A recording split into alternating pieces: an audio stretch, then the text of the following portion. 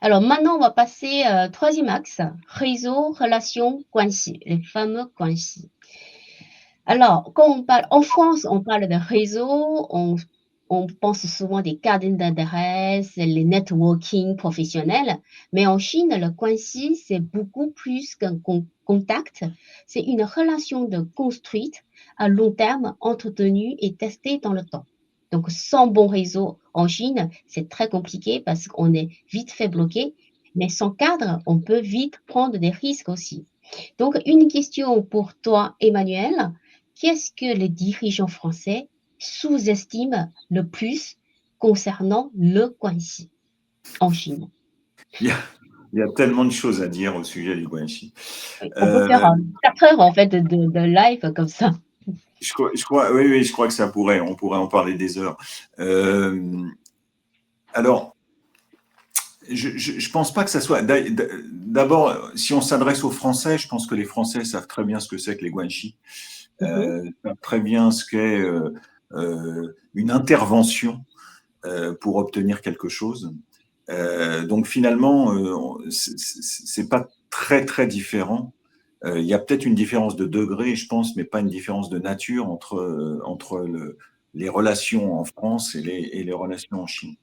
D'accord. Euh, et tout ça comment dire, se tisse d'une manière, je dirais, un peu. Enfin, moi, je trouve ça naturel, mais c'est vrai que ça peut être surprenant pour un Français qui vient la première fois en Chine.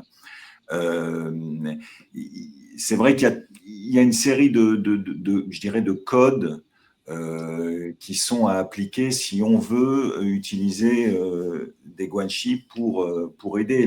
Mais je pense que le grand principe, en fait, c'est je t'aide, tu m'aides. Et la prochaine fois, tu m'aideras, je t'aiderai, etc. Et c'est mettre en place ça sans que ça soit de l'amitié, entre guillemets, mais une relation qui peut être utilisée, mais qui n'est pas forcément une relation, je dirais, enfin, tout le monde est conscient de ce qu'il fait, Mmh. mais c'est ni une relation, je dirais, comment dire, d'amitié, ni une relation purement mercantile. C'est un mélange. Je pense que le guanxi, c'est un mélange d'utilitarisme et aussi une certaine, comment dire, oui, relation personnelle. Voilà, donc c'est difficile à définir, mais je pense que c'est pas très éloigné de ce qu'on a en France. Oui, il s'agit d'avancer ensemble. Voilà, donc il faut définir, c'est pour ça Voilà, qu'il faut voilà. définir les objectifs au départ pour voir quels sont ce qui peut être en commun. Et après, en fonction de ça, on peut avancer ensemble. C'est toujours du Voilà. gagnant-gagnant, hein, l'idée. Hein. J'ai plein d'exemples, et même, je peux même vous dire, puisque moi j'ai beaucoup travaillé dans les relations, puisque je représentais des groupes dans des relations avec les autorités chinoises, donc je sais un petit peu ce que c'est que le guanxi, mais il y a énormément, je dirais, comment dire, c'est ça, de relationnel à la fois professionnel et personnel. Donc tout ça est mélangé Mmh. et tout le monde est conscient de sa position par rapport à l'autre, etc. Voilà, c'est Euh, ouais, absolument. voilà. D'accord, Ça fait OK. partie des prémices avant de commencer une négociation. Hein. Exactement. Donc heu, pendant la négociation, comme on a évoqué, précédemment le sujet, il faut pas être pressé, ça c'est sûr. Si vous voulez négocier avec votre partenaire chinois, si vous avez que 3 jours, vous voulez conclure l'affaire, ça c'est un peu trop risqué. Alors Alain, j'ai une question pour toi. Si un imagine, il y a un dirigeant français qui arrive pour la première fois en Chine, forcément il y a pas de réseau, il y a pas de relation. Pourquoi qui commence par quoi, pardon, par quoi qui commence pour ne pas très être isolé? Ouais, Et déjà, comment il peut accélérer? arriver en Chine sans connaître quelqu'un, je pense que c'est même pas la peine. Il faut absolument déjà D'accord. avoir quelqu'un pour accueillir, parce que c'est le choc. Hein. Donc, Mmh. si on n'est pas préparé à ça, c'est déjà très bon d'avoir même voyagé en tant que touriste dans le monde entier pour s'habituer rapidement au changement culturel. le problème de la langue est immense. Il y a beaucoup de Chinois qui parlent anglais, il y a peu de Français qui parlent le chinois. Donc, il y a un décalage culturel. Les Chinois connaissent beaucoup mieux l'Occident que l'Occident connaît la Chine. C'est très facile à comprendre. D'ailleurs, c'est pour ça que Yann est là pour partager cela. Voilà. Donc, il faut pas venir, il faut se préparer à l'avance, il faut déjà avoir des contacts et avoir organisé un minimum d'organisation pour ne pas se retrouver perdu. Alors maintenant, comme je disais, c'est beaucoup plus facile qu'il y a 25 ans. Mais il y a 25 ans, c'était une aventure de quitter Shanghai ou Pékin, de se balader en Chine, c'était quelque chose. Bon, maintenant, c'est très facile, mais c'est facile, voilà. Mais il faut quand même être prêt et savoir que voilà, il y a des relations culturelles. C'est bien de même lire des livres un petit peu sur la Chine, tout ça, c'est bien. C'est bien pour commencer. Mais surtout pas s'aventurer comme ça en disant oh ben voilà, non, il faut cultiver des relations déjà au départ. Sinon, beaucoup de déconvenus. D'accord. Il vaut mieux se préparer à l'avance et si c'est possible, faire accompagner par des, je sais pas, les gens que vous connaissez ou même l'interlocuteur en Chine par les amis et des amis. Donc, c'est toujours plus facile d'accéder à ce marché au lieu d'être tout seul, isolé. Oui, absolument. Alors évidemment, ça dépend aussi si vous allez à des conférences pour commencer, vous allez pouvoir, vous allez à une conférence, à des salons, comme ça vous allez pouvoir initier quelque chose. Mais si vous y allez directement avec un objectif de rencontrer une entreprise sans se baigner un petit peu dans l'univers local, ça va être compliqué. C'est très compliqué, oui. Du coup, pour le côté réseau, relation, on a bien compris en fait. En Chine, sans relation, tout paraît très fragile et sans confiance, la négociation tient pas trop la route. Donc, Guanxi, c'est pas un bonus, mais c'est le socle du business en Chine. Et il vaut toujours mieux préparer, bien armé avant d'y aller. Alors maintenant, on va passer. Est-ce que Emmanuel, tu as quelque chose à ajouter sur ce point-là? Non. On a déjà beaucoup parlé sur ce sujet. Ok. Et maintenant, on va passer sur l'axe 4. Alors, différences culturelles. Donc, c'est souvent quelque chose qu'on ne voit pas trop, parce que visuellement, on ne voit pas, on ne comprend pas, qui fait échouer un projet. Donc, question pour Emmanuel. Toi, tu es souvent dans le cœur de crise ou blocage, surtout avec contrat, avec partenariat, négociation. Est-ce que tu peux nous partager un exemple concret où le détail culturel mal compris, mal interprété a bloqué le contrat ou la négociation? Ou dans le sens inverse, a tout débloqué? Alors, le problème, si je puis dire avec humour, c'est que je vis en Chine et j'ai fait toute ma carrière en Chine. Donc, en fait, pour moi, je ne vois même pas les différences culturelles. C'est devenu un Chinois, en fait. Mais, donc, parfois, ce sont les gens que je conseille qui me disent bah, tiens, là, je suis choqué, ou là. Et moi, je mets un temps pour m'apercevoir qu'effectivement, c'est pas comme en France. Et donc, c'est difficile de répondre à cette question. Alors, oui, j'ai quelques anecdotes. Alors, il y a par exemple, il y a une chose que j'aime beaucoup, mais c'est pour ça que, en fait, ce que je dis toujours, si vous connaissez un Chinois qui vous dit, moi, je connais la Chine, il faut le fuir. Parce que d'abord, il y a diverses Chines. Et ensuite, c'est comme si un Français vous disait, moi, je connais la France et je connais tout le monde en France, j'ai des relations partout et je sais comment pensent les Français. Donc, en fait, même en Chine, il y a énormément de différences culturelles. Et il y a un exemple que je peux citer, c'est la façon de dire non. Il y a des Chinois qui disent non. Non. Et il y a des Chinois qui vont dire c'est difficile, ça va être difficile. Et donc, et en fait, ça c'est très asiatique parce que même en japonais, il y a la même notion de quand on vous dit ça va être difficile, ça veut dire c'est impossible. Ça veut dire que c'est C'est-à-dire non. que c'est impossible. Mais oui, ou c'est impossible. Et donc, mais parfois, ça veut dire, ça dépend de la manière dont c'est dit. Et c'est pour ça que la langue compte beaucoup. Parfois, ça veut dire, ça va être difficile, mais c'est possible. Mais la manière dont c'est dit, ça peut vouloir dire aussi c'est impossible. Par contre, vous avez des Chinois qui disent non.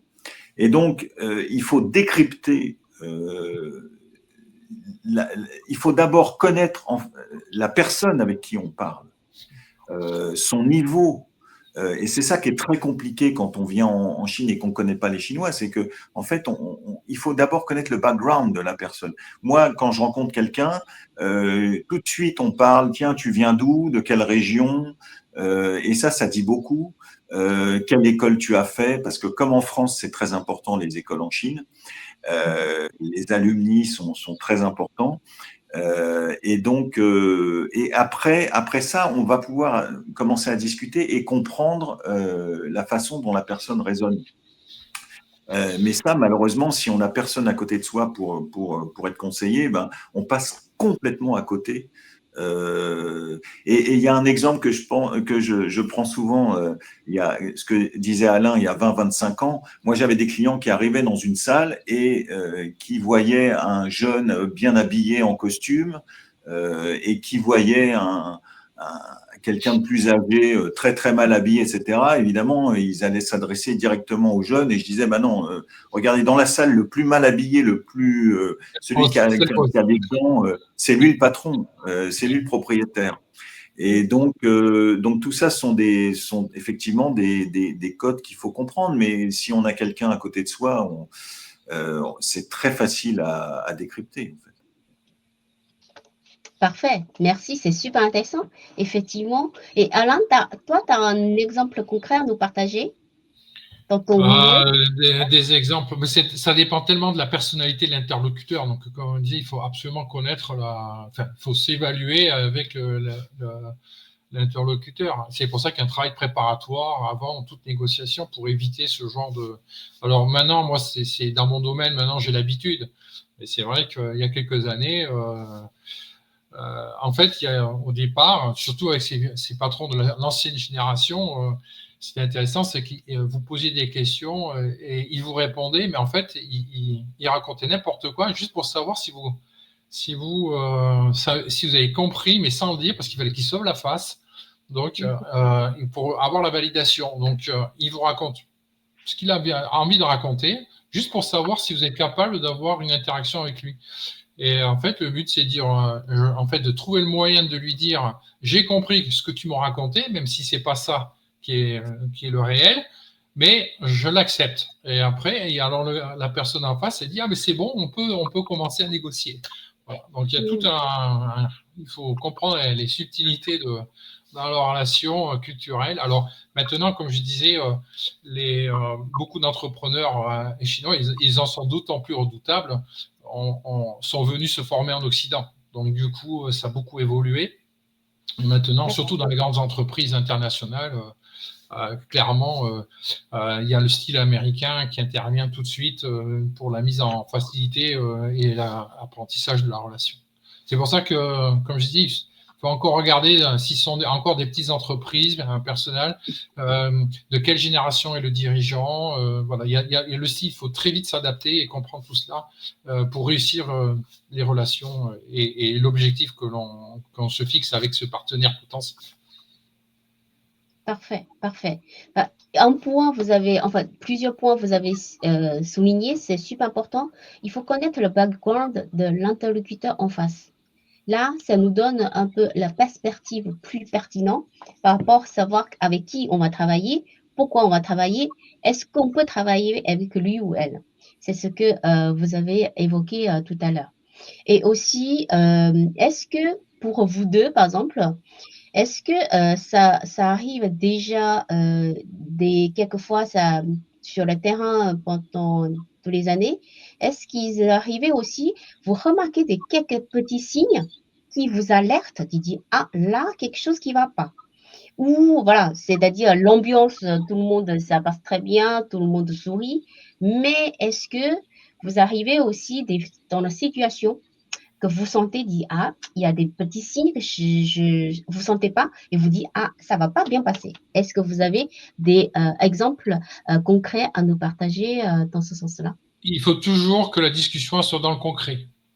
C'est-à-dire qu'il faut toujours être sur l'objectif. Je veux, si vous cherchez un produit, si vous cherchez à signer quelque chose, il faut toujours être quand, comment, pourquoi, quel est le planning, quel est le voilà. Et si vous avancez pas les deux en même temps sur du concret, ça veut dire qu'il y a quelque chose qui est derrière qui va pas.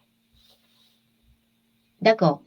C'est pour interpréter en fait ce que tu dis. Si le partenaire en face qui parle un peu dans le vide, là, il y a quelque chose Ouais, qui doit creuser.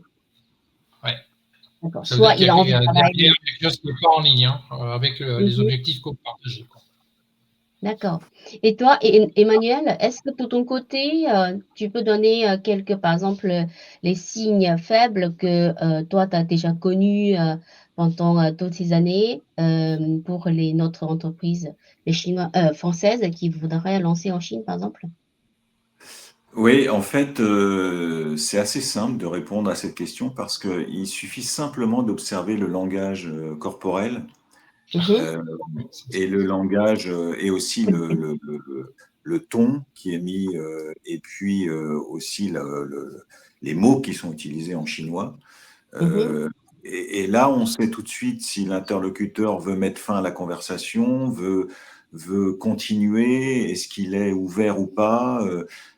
Enfin, il faut pas être très doué pour comprendre, en fait, à travers un langage corporel, les yeux, la façon de se positionner, la façon de parler, l'utilisation des mots, pour Mhm. savoir quel est l'état d'esprit, sauf s'il est extrêmement bon comédien, ce qui peut arriver aussi, ça m'est déjà D'accord. arrivé.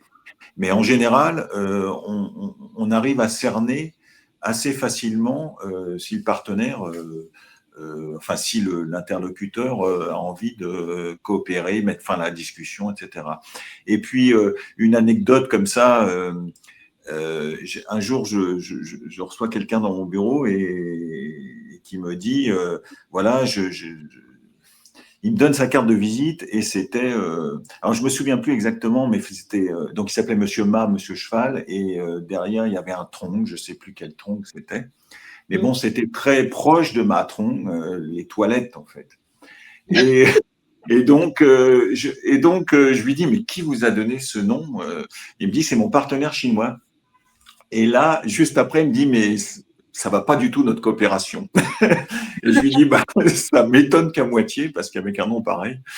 Mhm. Et donc, en fait, il y a, ça, c'est aussi, c'est bon, c'est un signal assez amusant, mais il faut simplement fermer les yeux. Et encore une fois, on revient au début de la discussion où souvent, ne se place que dans sa position, on ne voit que ses intérêts, etc., sans essayer de se mettre dans les chaussures de l'autre. Et à partir de là, vraiment, vraiment essayer de voir, ce qui n'est pas facile, parce que, évidemment, on n'est pas les Chinois, la culture chinoise, la façon de parler, etc. C'est pas évident de déchiffrer l'autre, mais là, encore une fois, si on a quelqu'un à côté qui comprend, on peut lui demander qu'est-ce que tu en penses. Et là, par exemple, je prends un exemple très simple. Je conseille une société chinoise qui discute d'une acquisition, enfin qui peut être acquise, et on me demande alors qu'est-ce que tu penses de l'attitude du français. Voilà, donc c'est dans le sens inverse aussi, il y a des problèmes de compréhension.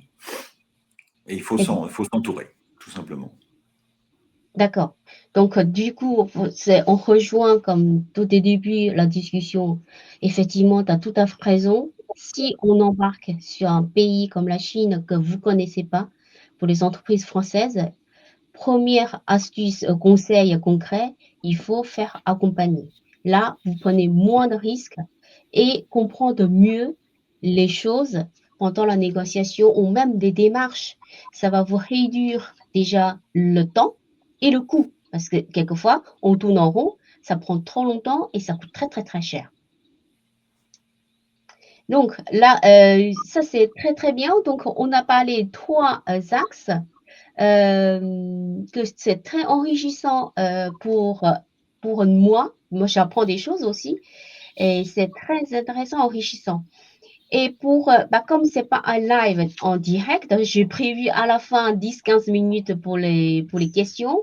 Là, c'est pas le cas. Du coup, Il y a plusieurs personnes qui sont en ligne. Hein. oui, oui, c'est vrai, j'ai pas vu. Il y a Alors, 3 personnes en ligne. il y a, non, il y a plus que ça. Ah, 1, 2, je vais 3, voir 3. 4. 4. 4 personnes. Est-ce que vous avez des questions à nous poser? Donc, privilégié, là, c'est vraiment une session privilégiée. C'était pas prévu au début.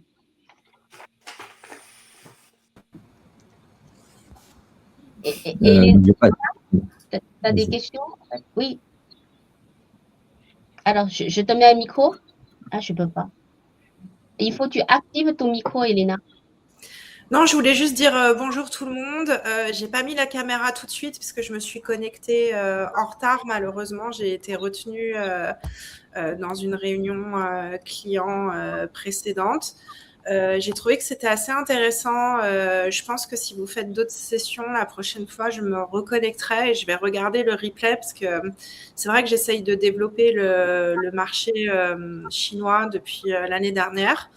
On travaille avec des gros clients, notamment Shein et Temu, qui représentent une part de marché importante de la société. Et donc, j'essaye de comprendre la culture pour essayer de trouver d'autres prospects et de développer ces partenariats. J'ai trouvé que c'était quand même assez important de faire l'effort d'essayer de parler un peu chinois, même si c'est quelques mots. C'est quelque chose qu'ils apprécient parce qu'ils voient qu'il y a une tentative de comprendre la culture et puis de s'intégrer. Je trouve aussi qu'il y a une culture de la réactivité qui est hyper importante. Ça se passe bien pour nous parce qu'on est très réactifs. Tous mes clients, ils attendent des réponses quasiment immédiates. Moi, c'est ce que je retiens vraiment de leur manière de travailler, c'est que c'est vrai que peut-être pour commencer le business, c'est un peu long, mais une fois que c'est commencé, le rythme, il change totalement et on est vraiment sur de la quasi-instantanéité par rapport aux échanges et à leurs demandes. Il faut vraiment être très, très, très réactif. Voilà. Donc, j'ai pas vraiment de questions, mais je voulais juste partager ce feedback, puisque c'est ce que j'ai vraiment retenu de ma collaboration avec des entreprises chinoises l'année dernière. J'ai encore pas mal de choses à apprendre, forcément, vu que c'est assez nouveau. Donc voilà, ce type d'événement, je trouve que c'est une belle initiative. Ça permet de partager avec d'autres personnes et aussi, pourquoi pas, partager des contacts par la suite, sait-on jamais. Donc, si vous refaites un événement, je joindrai avec plaisir. Merci beaucoup pour ton témoignage. Et tu sais très bien, si tu as le besoin, maître Emmanuel Meril, lui, il habite en Chine depuis 30 ans. S'il y a quoi que ce soit, tu sais, pour vraiment le droit juridique, il est expert dessus. Donc, Alain, ça fait 25 ans qu'il travaille avec la Chine dans le milieu secteur industriel. Et de toute façon, désolée pour cet accident de technique, je ne comprends pas pourquoi mon élément sur LinkedIn est supprimé. Et du coup, je suis obligée de recréer un élément et je suis vraiment désolée, je ne peux pas passer au live sur LinkedIn et c'est pour ça. Alors, Philippe, peut-être à des questions? Merci à toi. J'ai pas de questions comme ça, mais enfin, pour dire que alors il y a eu, j'ai pas non plus assisté au tout début de la version, enfin j'ai mis un petit peu de temps à voir le nouveau lien, etc. Mais ce à quoi j'ai assisté, et j'ai trouvé ça très intéressant. Et donc je reviens à un point qui est où Emmanuel dit il faut se méfier d'un Chinois qui dit je connais la Chine, etc. Moi-même, après, je suis en Chine depuis beaucoup moins longtemps qu'Emmanuel, mais ça fait peut-être 17 ans. J'apprends encore des choses tous les jours et notamment, je trouve ça extrêmement intéressant, ce genre de partage avec des gens qui… Voilà, surtout que moi, par exemple, je connais bien les ressources humaines en Chine, mais je suis moins dans la négociation avec des partenaires chinois. Donc, je trouve ça extrêmement intéressant d'avoir des témoignages first-hand sur le sujet. Donc, merci pour votre participation malgré les les problèmes techniques.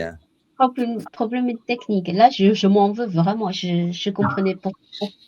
Je C'est pas toi, comprenais pas. hein? Oui. Toi. Oui, bah, merci pour ton témoignage, Philippe.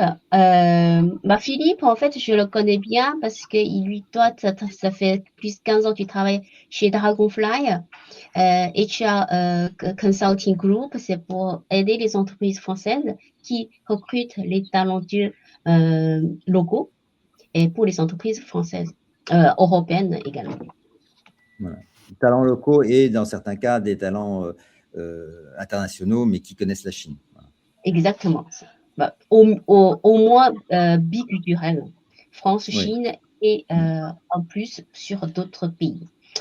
Alors, est-ce que vous avez encore des questions, Pascal, Fanny, Damien, peut-être?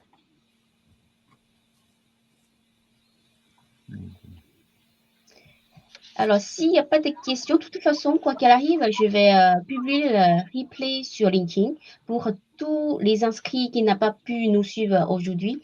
Malheureusement, c'est pas voulu du tout. Alors, je pense que on va conclure notre live. Et moi, je vous dis un grand merci à Emmanuel et à Alain et à vous, tous les participants qui pouvaient malheureusement tardivement le lien. Mais moi, en fait, pour ce live, c'est la première fois que je lance. Je trouve je veux tester ce bon format. Mon objectif, c'est pour que les entreprises françaises qui voudraient travailler dans le business international, savoir grâce à ce live, apprendre des choses et avoir les conseils et les outils concrets pour appliquer sur le terrain. Ça, c'est l'objectif de ce live. Et je vais amener aussi, pas non seulement France-Chine, le prochain live, j'ai un invité qui espère sur le marché Maroc. Ce sera France-Maroc. Et tous les mercredis, j'amène le live avec France, avec d'autres pays, avec un expert, si je peux, co-animé avec moi et on partage toutes les solutions et les outils concrets sur le marché en question. Du coup, pour joindre Emmanuel, Maître Emmanuel, on peut te trouver sur LinkedIn, j'imagine? Oui, bien sûr.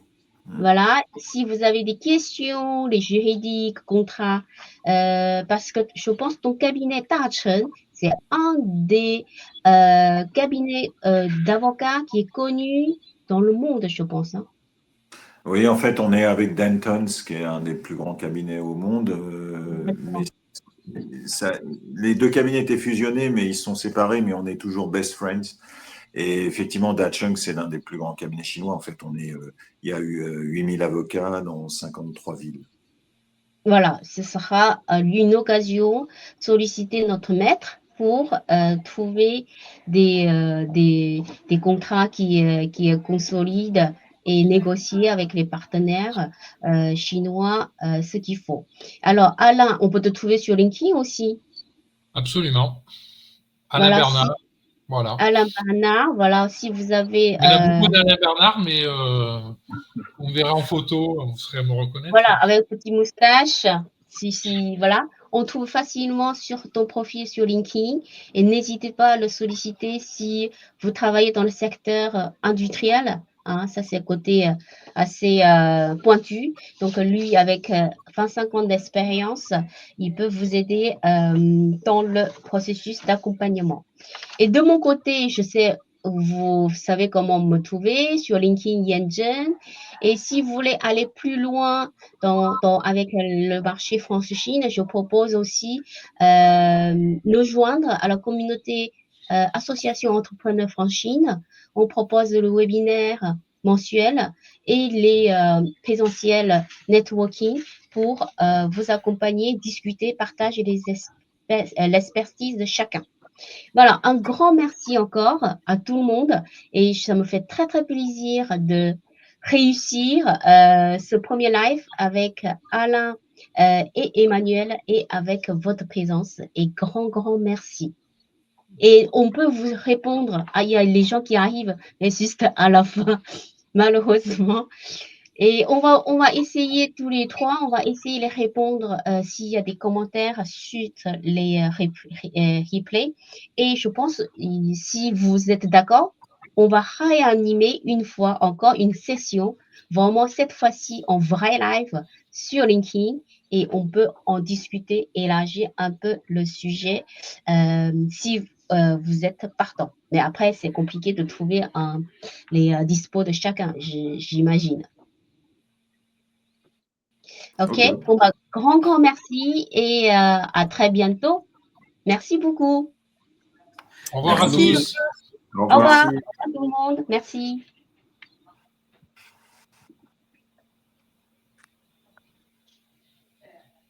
Là,